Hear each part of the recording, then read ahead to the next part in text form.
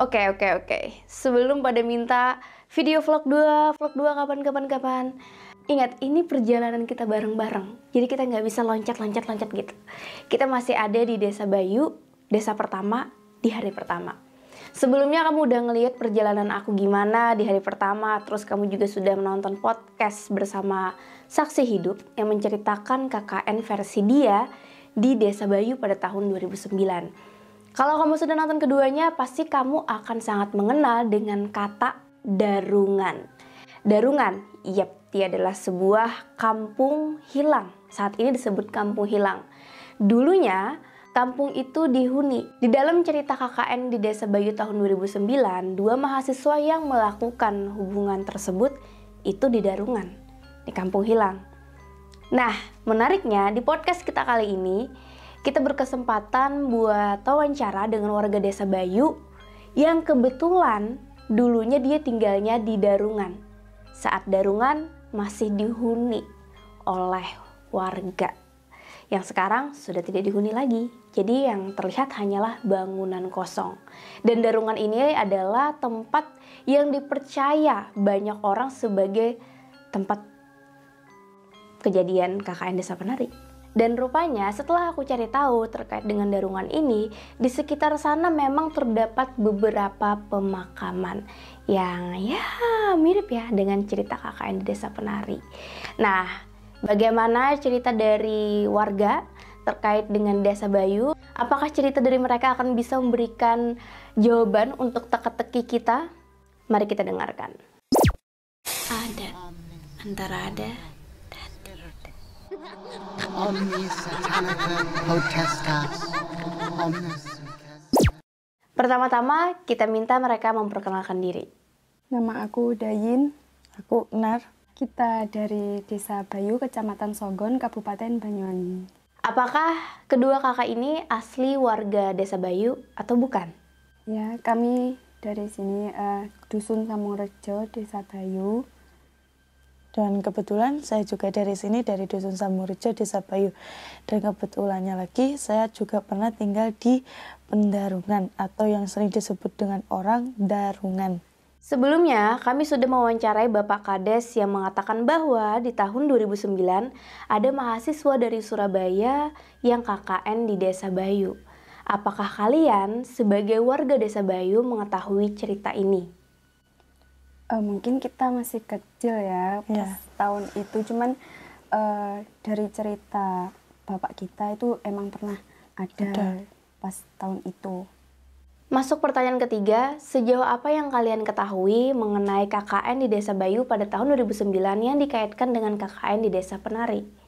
Iya sih, kebetulan bapak saya itu punya kerja sebagai apa ya, seleb keliling, itu gilingan gabah keliling. Jadi beliau pernah cerita kalau beliau itu pernah ketemu sama mas mbak yang KKN di sini. Itu di setiap apa yang dilihat itu difoto, lalu dijelaskan kayak pohon pisang berbuahnya berapa, kayak setahun sekali, terus ada bunga mawar, ada di sini kan banyak juga kayak kopi gitu, tanaman-tanaman asli sini sama durian gitu. Jadi dijelasin satu-satu sama mereka gitu, cerita ke ayah saya gitu. Oke, dari cerita yang beredar di portal berita dan sosial media, Desa Bayu ini diduga kuat menjadi lokasi asli proker KKN mahasiswa di tahun 2009. Di dalam cerita mengatakan pernah terdengar suara gamelan di desa ini. Apakah kedua kakak ini pernah mendengar atau mengalami cerita tersebut? Dalam artian pernah mendengar suara gamelan. Ya, kembali lagi kan kita masih kecil gitu ya.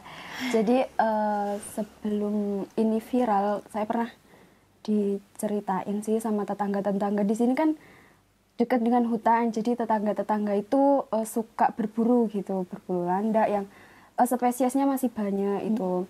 Nah, pas namanya di Bujuk, namanya lokasinya itu Bujuk, itu tuh di sana itu suka terdengar suara gamelan, tapi kayak yang samar-samar, nggak yang jelas kayak gitu. Cuma terdengar di telinga, kayak bisikan-bisikan gitu.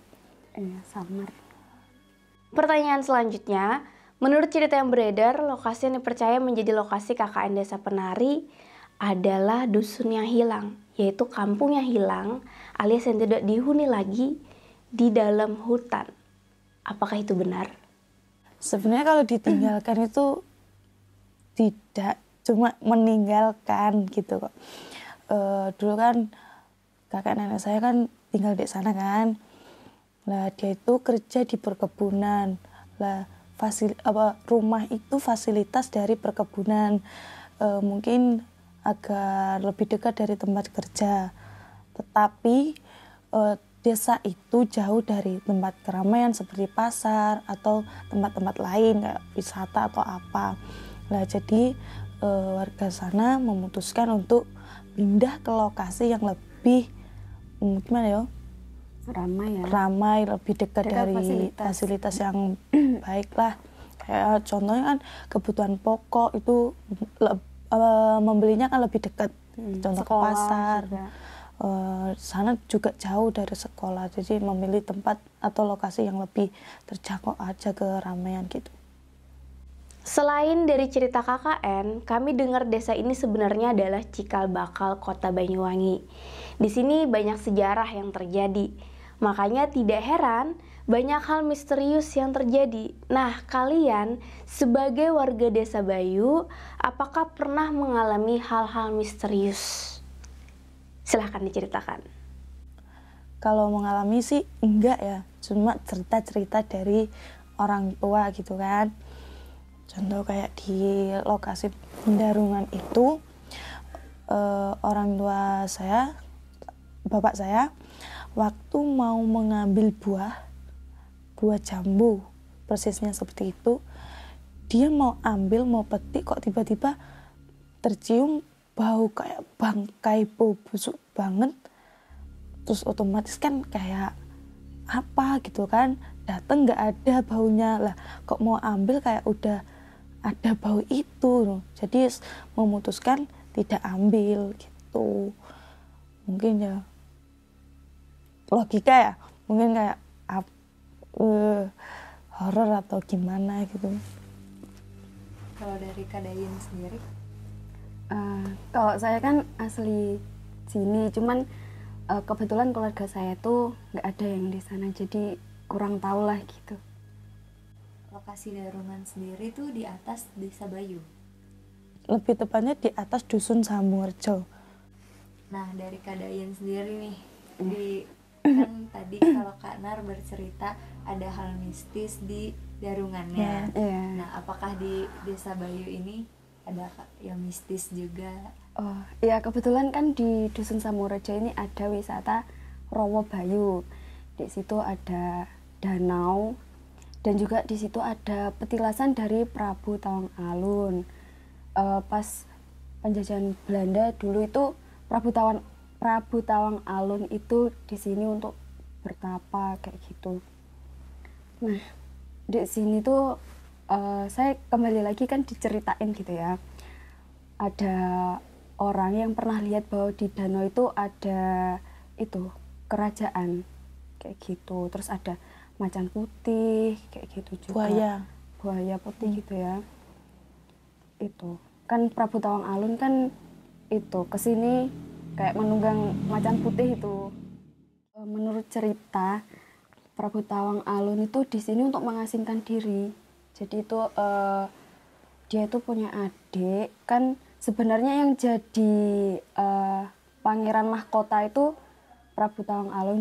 Jadi itu Prabu Tawang Alun itu ada sedikit crash sama adiknya, jadi beliau memilih mengasingkan diri jadi di Rowo Bayu ini. Lalu selain cerita tadi, apakah kalian juga pernah mendengar cerita dari orang lain, baik itu tetangga, saudara, atau juga orang sekampung yang pernah mengalami hal-hal misterius itu? Dulu ya, waktu ibuku dilamar sama bapakku, itu kan ibuku asli daerah Darungan. Lah waktu mau ngelamar itu, salah satu keluarga dari bapakku itu bawa yang namanya lampu minyak.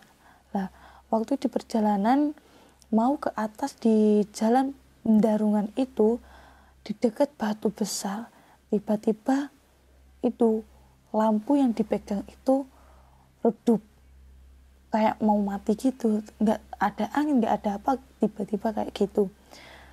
Tapi ya udah, kita kan percaya aja ya, jadi ya tetap jalan, ya udah terus hidup lagi. Tahun berapa gitu orang tuaku kan menikah, jadi bapakku memutuskan mengajak ibuku untuk pindah ke rumah bapakku, yaitu di Dusun Sambungrejo, di mana tempatku tinggal sekarang. Lah jadi yang tinggal di Darungan itu kakek dan nenekku dari ibuku, orang tua dari ibuku. Jadi waktu tahun 1998 kalau nggak salah itu bapakku udah pindah di Dusun Sambungrejo. Jadi yang tinggal di sana tinggal 2 orang itu. Sekitar 2 tahun, aduh Mbak, HP-nya jatuh. Iya Mbak, HP-nya Mbak. Nah, jadi kan kakek nenekku kan kerja di sana ya, di perkebunan. Jadi kan liburnya itu cuma hari Minggu. Jadi aku itu hari Sabtu mesti dijemput untuk diajak ke desa Darungan tersebut. Jadi aku nginep di sana sampai hari Minggu sore baru diantar lagi ke Dusun Sambungrejo gitu. Jumlah kakak di sana itu cuma 11 kakak. Nah di sana rata-rata masih saudara semua sih, ya enggak rata-rata, semua sih saudara gitu. Waktu kecil itu aku main-main di situ sama saudaraku, ya lebih ke kakak sih, ke kakakku gitu. Main-main lah di situ setiap hari weekend gitu kan, main-main, makan-makan apalah di situ. No.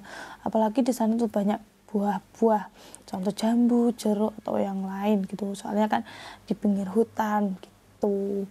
Desa Darungan itu jauh dari pusat keramaian seperti sekolah, pasar atau tempat-tempat lain. Cuma di sana cuma ada tempat ibadah, kamar mandi pun di sana itu umum gitu kok, untuk khusus cowok sama cewek, tapi jadi satu gandeng gitu di sana itu.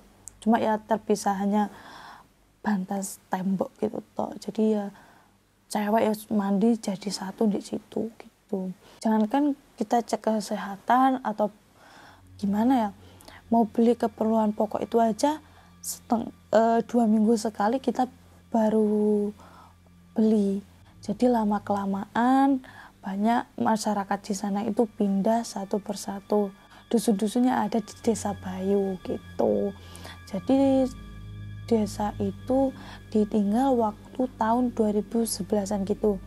Lah waktu itu kakek nenekku yang 3 orang kalau nggak salah, 3 kakak yang terakhir yang menetap di sana. Jadi kelamaan kan cuma 3 kakak kan. Jadi kan sepi banget. Jadi kakek nenekku memutuskan untuk pindah ke Dusun Sambungrejo dan dia ngumpul sama bapak ibuku di rumah sekarang di Dusun Sambungrejo. Waktu itu ada masyarakat di situ itu melihat kejadian aneh. Kan itu udah tempat terbengkalai kan, udah banyak yang rusak, udah rusak sih. Waktu masyarakat di situ mau ngambil pakis, lihat kok ada orang yang gelar kayak sajadah atau kain putih yang kayak mau sholat gitu. Padahal kan di situ tidak ada masyarakat atau tidak ada penghuni sama sekali. Gitu. Logikanya kan kayak mistis dan horor banget gitu kan. Padahal itu siang hari bukan malam hari. Waktu masyarakat mau mencari kayu bakar di daerah tersebut, dia itu antara sadar nggak tidak sadar. Dia itu kayak melihat sekeliling di situ tuh banyak orang rame, padahal itu kan desa udah ditinggalkan kan, udah tidak ada penghuni, tapi ya itu tadi dia nggak sadar kok kayak ada orang di situ, penghuni banyak, dia melakukan kegiatan. Lah di tempat itu kayak ada banyak penghuni, masyarakat ya kayak melakukan kegiatan sehari-hari di situ, padahal itu udah ditinggalkan sejak lama kan. Itu kejadiannya pas kapan? Tahun-tahun Ya kemarin? tahun-tahun kemarin ini sih masih banyak sih. Kalau kejadian-kejadian kayak gitu, kayak orang-orang manggil, kayak suara-suara apa gitu. Apalagi kan nggak dihuni kan, otomatis tempat yang nggak dihuni kan kebanyakan yang kita tahu kan kayak ada penghuninya, kayak ada apa penghuni gitu. dari goib ya kan. Goib guys. Kalau cerita-cerita kayak gitu ya cuma itu sih sebenarnya. Kalau yang saya tahu lebih jelasnya kan orang tua dulu yang lebih paham. Kalau aku kan hanya dapat cerita dari orang tua, dari saudara, atau dari masyarakat yang bercerita tentang desa Darungan. Oke, tadi versi Nar. Kalau versi Dayin bagaimana? Apakah pernah mendengar cerita-cerita dari orang lain di desa ini? Pas SMA tuh punya tugas buat cerita sejarah. Jadi kita itu mengangkat sejarah 10 November itu. Jadi kan kita habis sekolah itu baru take syutingnya. Jadi kan untuk mempercepat semuanya kita harus cepat sampai. Sedangkan ya di rumahku itu kan jauh kan dari SMA. Jadi memakan waktu lama. Nah, kita itu selesai syutingnya pas mau azan maghrib, pas lagi qiraah maghrib kayak gitu. Jadi kita buru-buru pulang. Nah, kebetulan salah satu temanku itu ada yang indigo gitu. Nah, dulu itu di Rawa itu ada tempat namanya Karcisan gitu ya. Kayak ada rumah pondok kecil Untuk tiket masuk ya? Untuk tiket masuk sebelum ke Rawonya itu, ke telaganya. Jadi itu di sana tuh aku disuruh ngebut sama temanku. Disuruh ngebut. Nah, pas melewati itu pondok itu, dia langsung bilang gini, astagfirullahaladzim, astagfirullahaladzim. Terus aku juga heran, kita tuh sama-sama lihat gitu kan. Aku sama-sama dia tuh juga lihat di situ. Terus kok dia tuh astagfirullahaladzim itu sama ini narik-narik bajuku kayak gitu. Astagfirullahaladzim, astagfirullahaladzim kayak gitu. Nah, aku tanyain, kenapa gitu kan. Sedangkan aku tuh di depanku itu bawa kardus aqua, dia di belakang juga pegang kardus aqua, jadi kan takut gitu kan jalannya masih batu-batuan sama rusak banget gitu sama terus. Nah, terus dia bilang gini, nggak mau cerita di sini, kamu nanti takut, jadi cerita di rumah. Nah, pas sampai rumah dia itu kayak ngambil nafas itu dalam banget gitu ya, kayak gitu. Nah, terus dia cerita, tadi aku itu di situ itu lihat ada orang tuh besar, tapi kayak nggak kelihatan orang, cuman matanya aja yang merah, terus warnanya hijau-hijau kehitaman kayak gitu.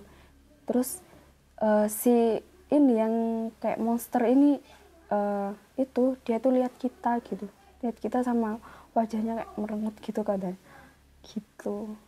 Serem. Tapi kalau aku nggak bisa lihat, kalau temenku itu suka kayak gitu. Nah, tadi kan disebutin sosoknya tuh kayak manusia tapi besar gitu. Iya, besar banget dan matanya nyala gitu ya. Iya. Nah, dari urban legend di sini, apakah itu ada namanya atau ada ceritanya, ada sejarahnya? Kalau itu mungkin ya memang lelembut di sana ya kan. Penunggu mungkin bisa disebut penunggu di sana. Juga banyak juga sih ya kata tetanggaku itu yang namanya Mak Yem gitu kan, di Gumuk Tobo kan lihat situ ya. Itu kalau sore gitu kadang itu dilihatin kayak genderuwo atau pocong, tapi di sekitaran situ. Kalau udah yang yang kan itu kan naik ke atas mau ke danau. Nah, kalau yang ke danaunya itu mungkin prajurit-prajurit, Sayu Wiwit, Prabu Tawang Alun kayak gitu. Tapi hanya orang tertentu sih ya, kalau yang bisa lihat kayak gitu. Kayak kerajaannya gitu kan. Terus dulu itu ada pernah sih lagi kayak di atas rawa itu kayak ada makhluk. Iya kayak gitu sih. Dia itu tiba-tiba kayak gelantungan gitu. Seperti kayak kuntilanak atau sundel bolong gitu kak. Tapi nggak tahu, aku dapat cerita dari saudaraku sih. Dulu dia sering lihat nampak kayak gitu. Soalnya kan dia juga sering ke rawa malam-malam, tengah malam, pulang malam gitu. Jadi dia kayak bisa lihat makhluk-makhluk kayak gitu. Biasalah penunggu di situ sih. menyapa gitu. Iya. Tapi kalau kayak gitu kan kita antara percaya nggak percaya kan itu keyakinan masing-masing. Pertanyaan selanjutnya, kemarin kami bersama para kolaborator yaitu ada Kabar Misteri dari Jak TV, Kapten Menre Memang Horor, Sang Explore, dan lain-lain. Itu kita naik ke daerah Rawabayu ya. Di sana juga ditemukan banyak sesajen dan ini mengingatkan kami dengan cerita KKN di Desa Penari. Nah, untuk di desa ini sendiri, sesajen yang tersedia itu diperuntukkan untuk apa? Biasanya gimana ya? Kita kan kurang paham kan, kita nggak lingkup di situ. Biasanya kan menghargai yang di situ, biasanya gitu sih. Apakah itu ada keterkaitan dengan kepercayaan tertentu atau benar-benar ya udah kita jaga-jaga aja buat mereka? Ya biasanya kan ada kepercayaan yang tertentu gitu kan, kita menghargai juga kan budaya dari dulu, mungkin bisa jadi gitu.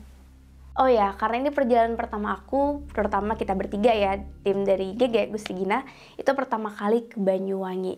Kira-kira kenapa penamaannya Banyuwangi gitu? Apakah ada sejarah yang mungkin bisa Dain dan Nar ceritakan kepada kita? Jadi itu ya, Banyuwangi itu kenapa kok dinamain Banyuwangi kabupaten kita itu, karena dulu itu ada sepasang kekasih namanya Sri Tanjung dan Sido Pekso. Nah, ketika si Sido Pekso ini lagi kerja gitu kan, nah si Sri Tanjung ini kan ada siapa ya namanya yang suka sama Sri Tanjung ini.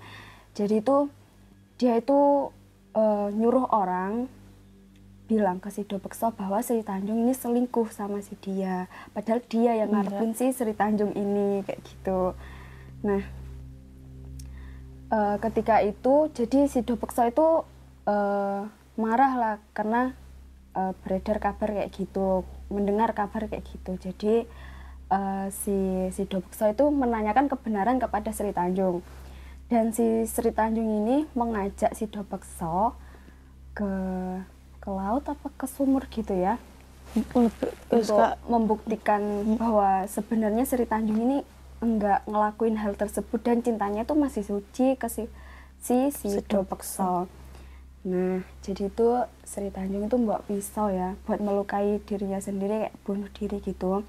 Dan sebelum dia bunuh diri, dia itu bilang ke si Sido Pekso, nanti kalau air ini baunya busuk berarti aku memang membohongimu. Kalau air ini baunya harum, itu berarti aku memang tulus dan enggak selingkuh kayak gitu. Jadi nah dia itu menusuk dirinya sendiri dan nyebur ke itu. Dia menyeburkan diri ke kayak danau apa ke sungai air lah gitu, intinya gitu. Ke genangan air. Jadi itu bau wangi, jadinya ya disebut Banyuwangi gara-gara itu.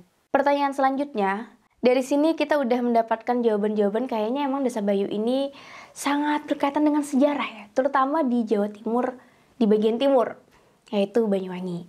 Nah, untuk dari Desa Bayunya sendiri, apakah ada kejadian bersejarah yang sangat tidak bisa dilupakan? Atau itu adalah kejadian sejarah yang sangat penting? Boleh diceritakan. Jadi di Desa Bayu ini masih ada kejadian yang dikenang banget gitu ya buat masyarakat Banyuwangi, yaitu Perang Puputan Bayu pada tahun 1771. Nah, Perang Puputan itu adalah perang habis-habisan untuk melawan Belanda. Jadi masyarakat Bayu di sini itu perang melawan Belanda. Di sini juga ada peninggalannya berupa sumur yang ada di Rawa Glaga, di sekitar Rawa Glaga itu membentuk seperti beteng gitu, untuk beteng pertahanan masyarakat Bayu. Di sekitar Rawa Glaga yang disebut tadi ada penemuan kayak sumur, kayak ada benteng gitu. Lah anehnya di situ sumur satu dengan sumur satu itu bisa menyambung dari bawah, bukan sumur untuk genangan air itu enggak, cuma kayak benteng pertahanan sengaja dibuat kan ya. Sengaja dibuat oleh orang zaman dulu untuk mempertahankan dirinya sembunyi di situlah kayak gitu. Sebenarnya ada lagi sih benteng pertahanan yang ada di desa Perangan itu kan juga, kata Perangan itu kan dari kata perang gitu kan. Jadi di situ juga mungkin benteng yang untuk pertahanan yang pertama, tapi yang untuk pertahanan terkuat itu yang di Rowo Gagah gitu. Di sini juga di Desa Bayu, sebelum masuk Desa Bayu itu ada monumen di kiri jalan, monumen Perang Puputan. Di sana itu ada patung pahlawannya itu membawa panah gitu kan, sama ada macan putih 2 gitu. Pada saat perjuangan masyarakat Desa Bayu itu diprakarsai oleh Rempek Jogobati dibantu dengan Sayuwit, dan akhirnya masyarakat sini menang melawan penjajahan Belanda pada tanggal 18 Desember 1771, dan itu dikenang hingga sekarang sebagai Hari Jadi Banyuwangi, dan itu merupakan cikal bakal jadi Banyuwangi di desa kami kan. Jadi di setiap tahun ya kita memperingati Hari Jadi Banyuwangi atau yang sering disebut Napak Tilas. Pada tahun 2016 kita itu mengadakan, masyarakat sini mengadakan festival gitu ya. Jadi ada yang di cewek-cewek sini yang masih remaja-remaja gitu dipakein baju tari-tarian gitu kan. Untuk kita yang menang itu dulunya kita merayakan dengan tarian gandrung. Jadi itu ada yang berperan sebagai Sayuwit, sebagai Rempek Jogobati gitu. Dimulainya tahun 2016 hingga sekarang ini kan. Kalau dulu-dulu kan cuman kayak jalan sehat gitu sama undian. Kalau sekarang ini itu festival kayak ngarak soko atau yang Ider Bumi kayak apa sih ku? Iya, semua segala jenis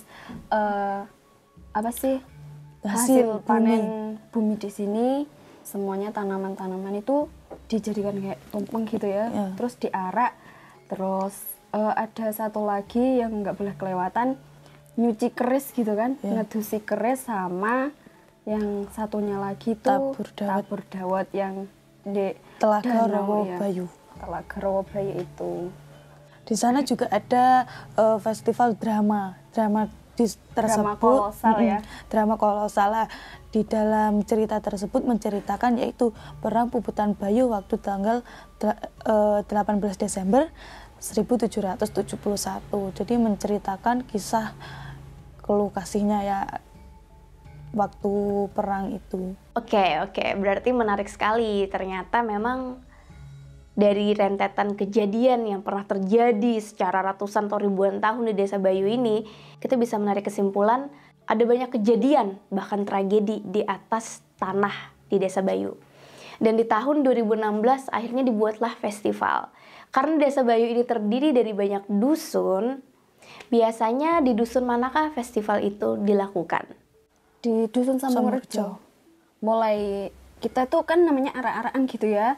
Di Dusun Sambungrejo ya mungkin mulai jalan itu 1 kilo dari jalan masuk Rowo Bayu sampai ke Rowo Bayunya. Jadi dramanya itu kita laksanakan tepat di tengah-tengah depan telaga ya, depan telaga gitu. Terlepas dari kisah-kisah mistis yang ada di Desa Bayu, Dusun Sambungrejo ini, kita di sini juga mempunyai pemandangan alam yang sangat menawan lah bagi masyarakat ya. Kita sebagai masyarakat Dusun Sambungrejo di sini juga tidak pernah merasa puas dan bosan gitu ya untuk selalu menjelajah pemandangan di sini, karena kita ini kan berada di tepat di kaki gunung ya. Jadi untuk kalau kita ke atas terus di Darungan itu ya, kita itu melihat ke bawah itu ada pantai kelihatan, terus ya. Tapi enggak yang jelas banget, cuma kelihatan gitu, bagus.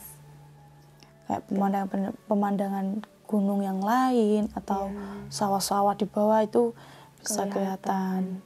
Terus kan di sana tuh medannya tuh naik turun berliku-liku gitu, jadi cocok buat memacu adrenalin gitu kan. Mantap. Yang suka cross ya kan. Gitu bisa. Dan kalau di sini orang-orang sini kan suka berburu. Kadang itu menginap di hutan. Jadi menurut kami ya Kalau aman kalian lah ya aman banget sih. buat camping gitu, aman dan pemandangannya bagus. Kalau di Rowo Gelagah itu yang naik terus itu katanya masyarakat sini yang suka berburu kalau pagi itu ada kabut ya, kabut kayak di atas awan gitu kan, kabutnya di bawah, kita di atas ya, gitu kayak kan. surga di atas awan gitulah. Iya, jadi nggak perlu harus ke gunung banget, di kaki aja udah bagus banget. Bagus banget, dijamin mantap. Jadi kan tempat tinggal kami ini ada di Kabupaten Banyuwangi. Kabupaten Banyuwangi itu merupakan ujung paling timur dari Provinsi Jawa Timur. Dan kita itu kebetulan dusun kita itu berada di paling barat, paling ujung dari Kabupaten Banyuwangi yang itu tadi bisa menyuguhkan pemandangan yang indah ya kan, dan juga sumber daya alam kita itu melimpah banget sih. Iya, kayak banyak potensi-potensi alamnya kayak gitu. Di Kabupaten Banyuwangi, terutama di desa kami, Desa Bayu, itu kan banyaklah potensi alamnya, termasuk itu di pertanian sama peternakan. Jadi di pertaniannya itu kita punya durian, kopi, sama banyak sih manggis ya. Manggis kita bisa ekspor dan durian itu banyak sih macamnya. Jadi itu di sini tuh bisa nyobain berbagai macam durian. Dan untuk kopi kita di sini ada Robusta, Arabica, atau yang sering tuh kopi lanang atau yang biasa orang sini sebut dengan kopi jemblung. Jadi kalian kalau ke sini kita suguhin kopi. Jadi kalian tuh wajib nyobain kopi dari Desa Bayu. Atau mau ke tempatnya untuk memetik langsung cara pengolahan kopi menjadi sampai sebuah menjadi minuman buku, kopi gitu. Kita bisa langsung ajarin gitu kan. Terus ada lagi tumbuhan yang sangat melimpah di sini itu pakis. Ya, nanti itu biasa orang di sini itu mengolahnya dengan ditumis atau di sayur santan itu. Ya, kayak gitu. Jadi wajib banget nyobain sayur pakis di sini kan. Masakan daerah sini juga. Di sini juga ada makanan khas Banyuwangi yang sering disebutnya itu sego tempong. Yang khasnya banget itu sambelnya yang pedes banget kayak ditampol. Pertanyaan selanjutnya, setelah tim kami ke Desa Bayu, kami kan baru tahu nih ternyata ada Desa Bayu gitu. Dan menariknya, Desa Bayu itu bahkan jauh di atas ekspektasi kami. Ternyata warganya ramah-ramah, alamnya sangat indah, dan rupanya ada hal yang kalian sedang perjuangkan. Nah, kalian sebagai warga Desa Bayu, yang bisa dibilang sekarang Desa Bayu banyak dikenal orang gitu ya. Apa sih harapan kalian untuk kedepannya, untuk Desa Bayu dan warganya itu sendiri? Ya, kita sebagai perwakilan dari remaja Desa Bayu, yang pasti yang diinginkan kedepannya untuk pengembangan desa, karena di sini kita itu punya banyak sekali potensi wisata. Tapi yang tetap yang diutamakan itu nanti cikal bakalnya itu kan ya Rowo Bayu ini juga. Soalnya dari dulu dan masih banyak lagi yang bakalan kita kerjakan. Kita akan kasih surprise lah nanti ke publik bahwa di sini tuh di setiap jengkal itu bisa dibuat pariwisata, bisa memuaskan lah. Nanti mungkin kalau mau healing bisa ke sini gitu kan. Tepatnya lagi yaitu tadi yang kita ceritakan, pada Desember itu ada festival drama kolosal atau yang sering disebut Napak Tilas atau Hari Jadi Banyuwangi. Dan tidak itu juga kita juga punya potensi alam ya. Durian kita itu juga terkenal sebagai durian Songgon gitu kan. Durian kan kita dari desa Dusun Sambungrejo, Desa Bayu, Kecamatan Songgon, Kabupaten Banyuwangi. Ya, itu. Nah, kita juga punya kopi yang berkualitas, tentunya akan beda lah dari daerah-daerah lainnya, karena mungkin secara geografisnya ini juga berbeda kayak gitu. Di daerah kita juga banyak potensi kan ya, apalagi kita di daerah pegunungan. Contoh banyak sayur, tanaman-tanaman apa aja di hutan juga banyak. Terus di daerah kami kan pegunungan, jadi banyak rumput. Otomatis kita jadi di sini ada peternak kambing perah. Jadi kita di sini juga punya potensi yaitu susu kambing. Selain potensi yang disebutkan teman saya tadi, di sini kan pegunungan, jadi banyak kayak tumbuhan pakis atau yang sering orang kota bilang ya paku, tapi bukan paku untuk itu, untuk bangunan, itu tanaman paku. Kalau di sini itu masyarakat sini biasanya dicari untuk dijual karena potensinya melimpah banget di sini kan, jadi untuk Ya, dimakan, mata pencaharian gitu kan. mata pencarian masyarakat di sini setiap hari mencari itu. Kalau kita konsumsi nggak bisa, kita kelebihan. Ya karena untuk masyarakat Bayu kita terlalu berlebihan gitu kan, jadi kita di sini tuh mencari, lalu ada penjual yang menjualkan ke kota gitu, didistribusikan kayak gitu. Jadi masyarakat banyak yang mencari itu untuk kebutuhan perekonomian mereka. Jadi kalau kalian mau main ke sini, Nanti mau kita cari suguhkan apa, tumis pakis ya kan. Khas banget di Mantap. sini, mantap pakisnya. Pertanyaan terakhir tentu aja untuk orang-orang yang penasaran pengen datang ke Desa Bayu. Ya contohnya seperti tim aku, karena kita datang ke sini juga karena berangkat kepo. Ada desa dikaitkan dengan desa penari gitu. Bukannya takut sih, malah kayak penasaran. Gimana sebenarnya desanya? Apakah kalian punya pesan tersendiri untuk para turis atau orang-orang luar yang akan datang ke Desa Bayu? Silakan. Karena di sini banyak hal mistis ya, jadi yang pertama pasti ya akhlak gitu kan ya, perilaku. kayak gitu, ke perkataan kayak gitu, lebih untuk Dijaga. dijaga. gitu kan.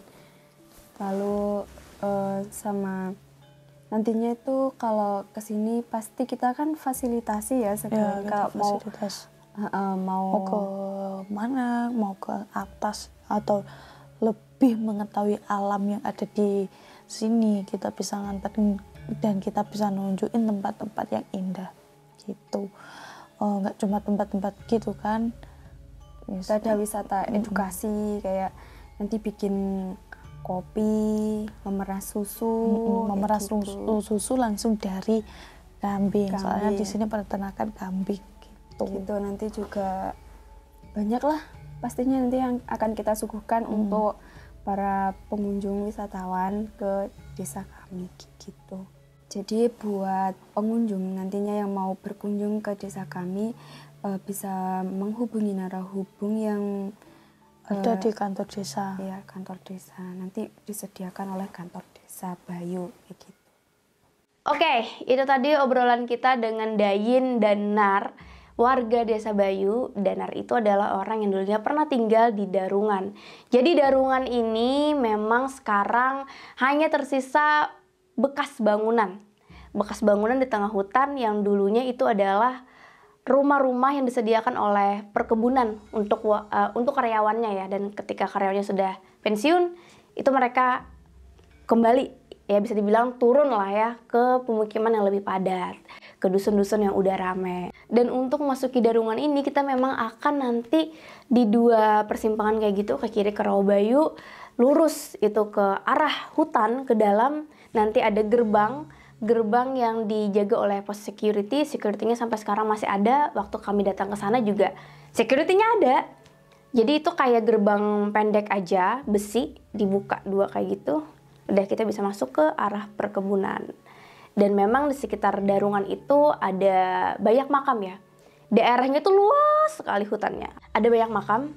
Dan menurut warga di sana, warga-warga yang tidak bisa kami on cam karena mereka tidak bersedia ya, Makam-makam yang ada di sana adalah kebanyakan makam orang zaman dulu, jadi makam kuno, yaitu makam-makam orang-orang kerajaan atau juga para pejuang yang melawan Belanda di zaman dulu. Jadi makam itu ya artinya make sense. Kenapa ada makam di tengah hutan, makam yang sudah tidak terlihat lagi namanya, yang nampak sangat tua, nisannya bahkan sudah tersisa sedikit gitu ya, kayak tidak terlihat lagi bentuk nisannya atau hanya bertandakan tanaman. Yaitu makam yang ratusan tahun yang lalu mereka melawan Belanda memperjuangkan kemerdekaan kita. Dan salah satu peperangan yang terjadi di Desa Bayu di dalam hutan tersebut adalah Perang Puputan Bayu. Bisa dibilang itu menjadi salah satu perang tersadis di Indonesia. Ya make sense ya. So ini terjawab ya makam-makam itu.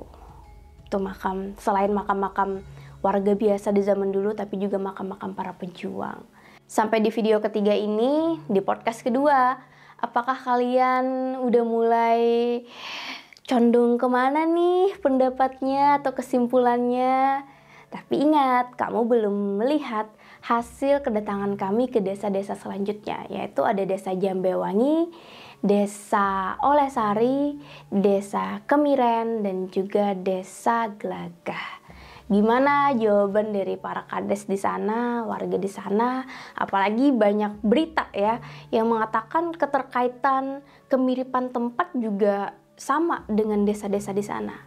Walaupun sebenarnya semua yang desa kita datangin memang ada di Kabupaten Banyuwangi. Jadi jangan lupa buat nonton video selanjutnya sampai habis di edisi KKN Desa Penari. Perjalanan kita masih setengah jalan. Dan tentunya di akhir video, di vlog aku selanjutnya, di sana ada kesimpulan dari aku mengenai KKN di Desa Penari. Bagaimana setelah perjalanan ini aku menyimpulkannya seperti apa? Kalau kamu penasaran seperti apa atau pengen tahu apakah kesimpulan kita sama, tonton videonya. Terima kasih. Kita tunggu kedatangan kalian di Desa Bayu. Bye-bye.